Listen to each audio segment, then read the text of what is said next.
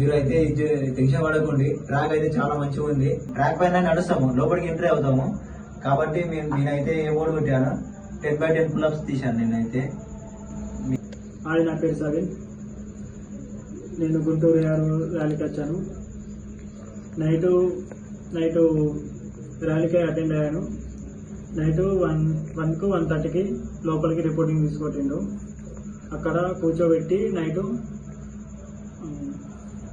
కూర్చోబెట్టుకొని అందరికీ నంబర్ వైజ్గా కూర్చోబెట్టుకుంటుండ్రు. మనకు 100 మెంబర్స్ ఒక బ్యాచ్ ట్రై చేసి మనకు ఇట్లా ఫస్ట్ బ్యాచ్ సెకండ్ బ్యాచ్ పెడుతున్నాడు. అంటే ట్రాక్ అయితే మంచిగా ఉంది, చాలా నాకు దీపం పడ్డది.